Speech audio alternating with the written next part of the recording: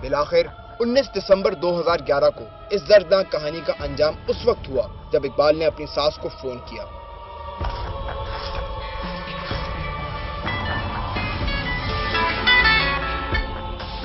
Hello hello, وہ زور زور سے کچھ کہہ رہا تھا، تاہم آسما کی توجہ داماد کی گفتگو کے بجائے درد و اذیت میں ڈوبی ان چیخوں پر تھی جو عقب سے سنائی دے رہی تھی۔ مجھے کچھ چیخنے کی آواز آئی، لیکن چیخنے کی قریب سے نہیں آئی، کچھ تھوڑی سی دور سے آئی۔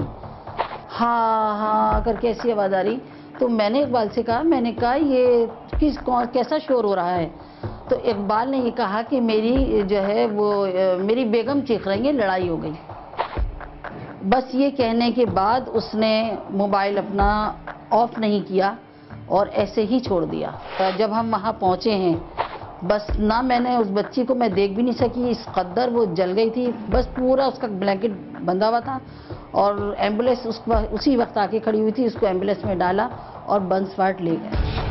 ایئرپورٹ تھانے کا ڈیوٹی افسر مہر علی اسپتال پہنچا تو 100% جلنے والی عروسہ نے اپنے ابتدائی بیان میں کسی پر الزام نہیں لگایا۔ تاہم صورتحال نے پلٹا اس وقت کھایا جب اگلے دن اقبال نے بنس وارڈ میں موجود عروسہ کی بڑی بہن نور العین کو زبردستی باہر بھیج دیا۔ کچھ دیر بعد اقبال سول اسپتال سے چلا گیا تو عروسہ نے نور العین کو بلایا۔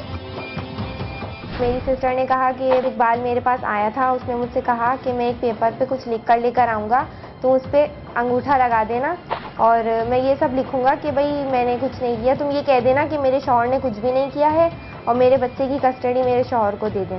تو اس کے بعد جو ہے، اور اللہ نہ کرے کہ تمہیں تو کچھ نہیں ہوگا، میں تمہیں صحیح کروا دوں گا، پلاسٹک سرجری وغیرہ کروا دوں گا، تم پریشان مت ہو۔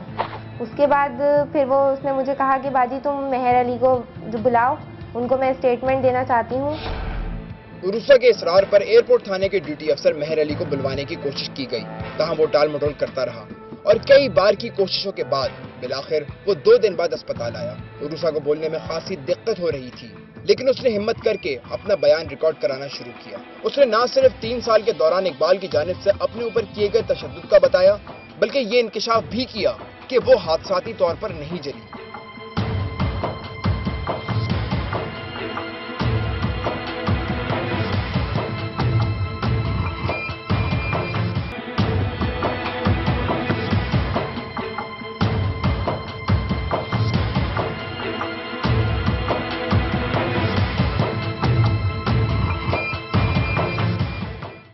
سنیں، مجھے آپ سے بات کرنی ہے۔ بولو۔ میں تھوڑے دن کے لیے امی کے ہوں۔ تم ابھی تو گئی تھی 1 ہفتہ پہلے، پھر دوبارہ جانا چاہ رہی ہو؟ ان کی طبیعت ٹھیک نہیں ہے۔ کیا روز روز کا تم نے یہ لگا کے رکھا گھر پہ کام نہیں ہے تمہارے؟ سارے تو کام کرتی ہوں، کوئی ماسی آتی ہے یہاں پہ۔ یہ ماسی کی کیا بات کر رہی ہو تم؟ یہ چھوٹے چھوٹے کام کے لیے میں تمہیں ماسی رکھ کر دوں گا؟ میں نے یہ تو نہیں کہا آپ سے، میں یہ کہہ رہی ہوں کہ سارے کام کرتی ہوں میں۔ تو پھر کیا کہا تم نے؟ تم بدتمیزی کر رہی ہو؟ تمہاری یہ ہمت، بہت زبان چلنا شروع ہو گئی تمہاری۔ میں تو صرف زبان چلا رہی ہوں، آپ تو سارا دن مارتے پیٹتے رہتے ہیں، وہ کیا ہے؟ کیا؟ تمہاری بہت زبان چلنا شروع ہو گئی ہے، بہت زیادہ۔ آپ مجھ پہ غلط ہاتھ اٹھا رہے ہیں۔ میں غلط ہاتھ اٹھا رہا ہوں؟ اب ہاتھ اٹھا رہا ہوں میں؟ چلو ادھر، زیادتی کر رہا ہوں، ابھی بتاتا ہوں تمہیں۔ کیا کر رہے ہیں آپ میرے ساتھ؟ کیا کر رہے ہیں آپ؟ میں تم کو بتاؤں ابھی؟ میں ابھی بتاتا ہوں کیا کر رہے ہیں آپ؟ میں کیا کر رہا ہوں، ابھی بتاتا ہوں تمہیں۔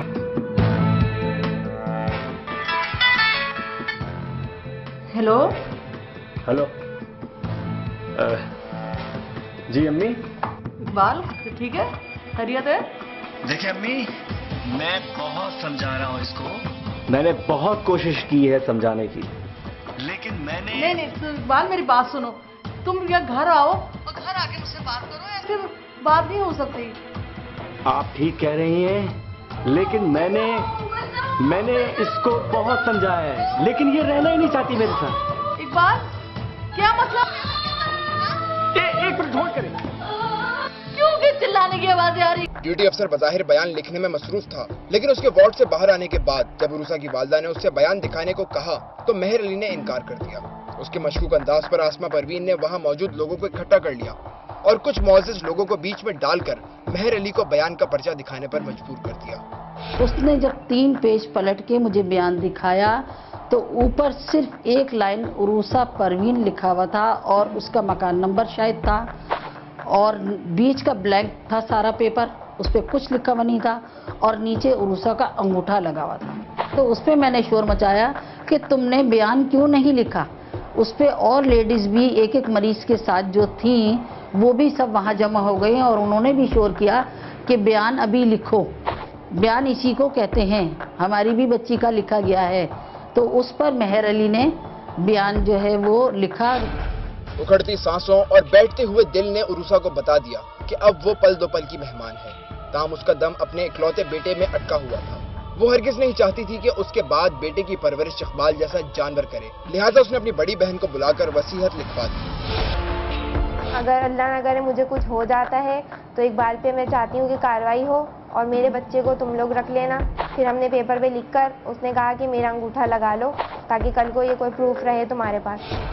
اپنی بہن کو وصیت لکھوانے کے صرف 15 منٹ بعد عروسہ کا انتقال ہو گیا، تاہم پولیس اقبال کے خلاف مقدمہ درج کرنے میں 16 دن تک آناکانی کرتی رہی اور پھر 21 فروری کو FIR درج کی بھی تو عروسہ کے بیان میں رد و بدل کر دی۔ اس میں تھوڑی چینجنگ ہے، ان کی رائٹنگ سمجھ میں نہیں آ رہی ہے، لیکن میں نے پڑھوایا ہے کسی سے، لیکن یہ 2 لفظ بالکل نہیں ہیں اس میں، یہ 2 لفظ بالکل نہیں ہیں کہ پہلا بیان میرے شوہر کے کہنے پہ دیا تھا اور دوسرا بیان جو ہے میں نے اس لیے دے رہی ہوں کہ انہوں نے انگوٹھا لگانے کو بولا۔ جب اس کا جو عروسہ جو کہ جس کو جلا دیا گیا تھا اس کا ایک بیان اس نے مرنے سے پہلے دیا تھا جسے ڈائنگ ڈکلیریشن کہتے ہیں، جو کہ ایویڈنس ایکٹ کے حساب سے ایڈمیزیبل ان دا کورٹ ہوتا ہے، تو وہ اس کو بنیاد بناتے ہوئے اس کو اریسٹ کیا گیا اور اب وہ جیل میں ہے۔ تو انشاءاللہ پوری کوشش ہوگی کہ اس بیچاری کو جو کہ اب اس دنیا میں نہیں رہی اس کو انصاف دیا جائے۔ پولیس بھی ظالموں کا ساتھ دینے لگے تو پھر مظلوموں کی بے بسی مایوسی کی سرحدوں میں داخل ہو جاتی ہے۔ متعلقہ تھانے ڈیوٹی افسر مہر علی نے بظاہر یہی کچھ کیا ہے، جس کے باعث ایک ماں کے دکھ مزید گہرے ہو گئے ہیں۔ دوسری طرف عروسہ کو آگ میں جھونکنے والے اقبال کو گرفتار تو کر لیا گیا ہے، تاہم اقبال اور اس کے خاندان کے کسی بھی فرد نے بارہا کوشش کے باوجود کسی بھی قسم کا موقف دینے سے انکار کر دیا، جبکہ اقبال کو گرفتار کر لینے کے باوجود پولیس نے نامعلوم وجوہات کے سبب اسے تاحال میڈیا کے سامنے پیش نہیں کیا۔ آسمہ پروین کی بھیگی ہوئی ویران آنکھوں میں کئی سوالات ہیں، ان مردوں سے جو مرد نہیں ہیں، ان پولیس والوں سے جو کمزور کو تحفظ فراہم نہیں کرتے، اور اس نظام انصاف سے جو اتنی دیر کرتا ہے کہ تب تک انصاف کی افادیت باقی نہیں رہتی۔